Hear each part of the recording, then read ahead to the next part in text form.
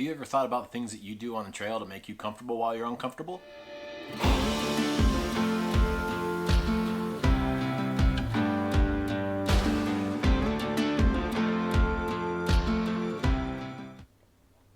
Hey everyone, Ghostmo here, and welcome back to my channel, Everyday Backpacker. So today I kind of wanted to share a little bit of a story that happened to me recently.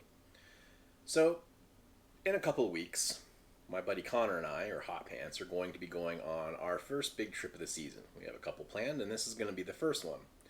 So, a couple weeks previously, we decided that it would be a good idea to go on a quick overnight trip to kind of get used to the new equipment we had and to see how everything worked out.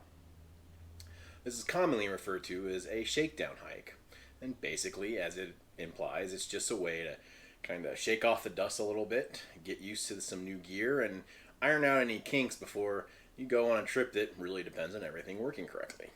And it's a really good thing that we did too, because if you happen to watch the previous video of our trip, you noticed I had, well, quite a few different issues with my gear and some other things.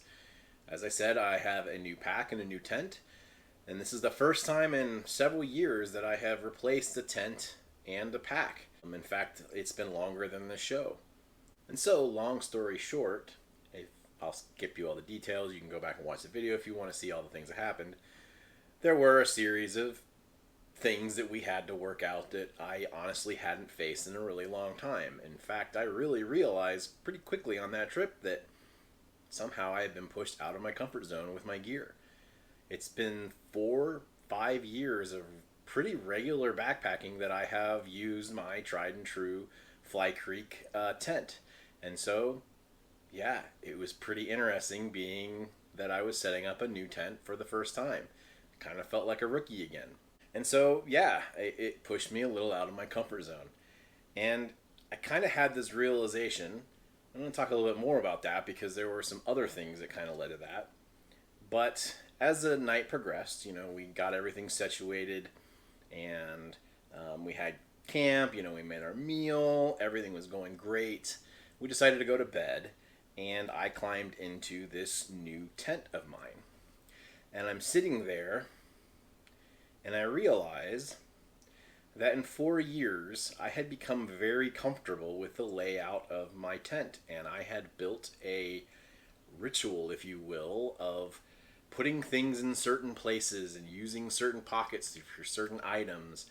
And I got really used to that, and now I'm in a brand new tent for the first time ever, and I had a little bit of anxiety because I didn't know where to put my stuff, and I didn't know where it was going to be, and I didn't know if I'd be able to find it in the middle of the night. I don't know if this has ever happened to you, but it's kind of a unique experience. And it was at that point that it dawned on me that backpacking had become my uncomfortable comfort zone. And so what does that mean, uncomfortable comfort zone?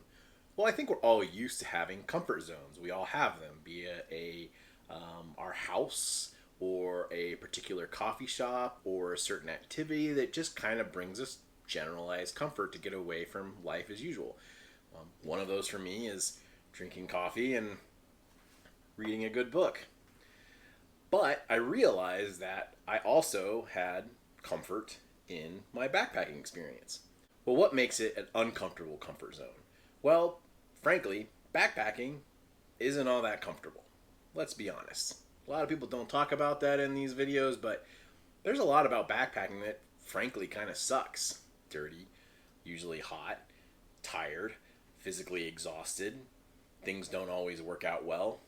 And, you can kind of get irritable at times. And so, interestingly to me, I found on this trip that even though I dealt with all of the uncomfortableness of the day throughout the hike, I had this little cocoon of comfort that I found in the evening inside my tent getting ready for bed. My sleep system's all dialed in and everything is where it's supposed to be, and that kind of brought me psychologically a little bit of comfort. I'm guessing you probably experienced this before, depending on what your sleep system is, be it a hammock, a tent, cowboy camping, or whatever. Just being able to slide into that quilt or sleeping bag at the end of the day just brings you a lot of comfort. And so I found that it's an interesting thought process, the realization that backpacking in general brings me a lot of comfort, but even while on a backpacking trip, there are things about the trip that take me away from the unpleasantry of the trip itself. And so I thought that the name Uncomfortable Comfort Zone seemed like a fitting way to describe what it meant to experience the good and bads on the trail. I think we can all relate to that. So I don't know. Maybe I'm crazy. Maybe you guys think I'm nuts and totally off base. And I'm just my cheese is just finally set off my cracker. Hell, we all know Chad thinks that already. For those of you that don't know, Chad is kind of my alter ego, and he's become a generalized representation of my feelings of self doubt and imposter syndrome. I'm not going to delve into those subjects right now. But yeah, it was just very interesting to me to kind of realize that in the last 4 years, I have developed this kind of comfort around my setup, and that setup's changed. It kind of took me a minute to kind of realize that, yeah, I've got to come up with a whole new system. It's kind of cool, but also kind of jarring in a sense. I don't know. Maybe I'm just getting too deep for backpacking. And so really that's it. I just wanted to do a short video to kind of, I don't know, wax poetic about something that I found to be very interesting about my experience as a backpacker, and how I hadn't really had to think about it for so many years, but I had developed some pretty comfortable routines that when I had the opportunity to change those, just kind of made me a little more introspective than normal.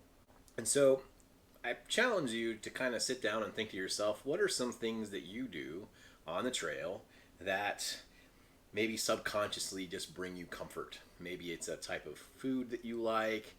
Maybe it's having your gear in a certain place laid out inside your tent, like apparently I do.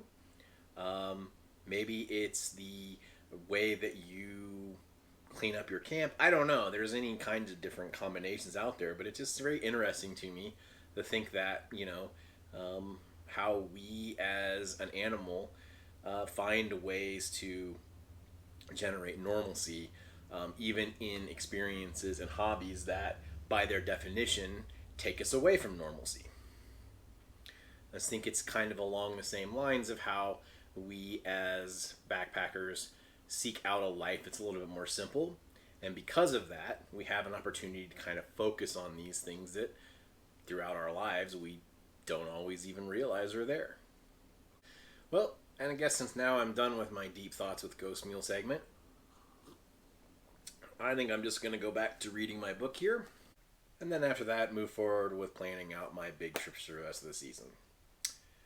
I hope you didn't find this too crazy, and maybe, hopefully, it will elicit a little bit of thought on your own habits on backpacking, because I think we share more similarities in backpacking than we do differences. That's why we're coming together as a community.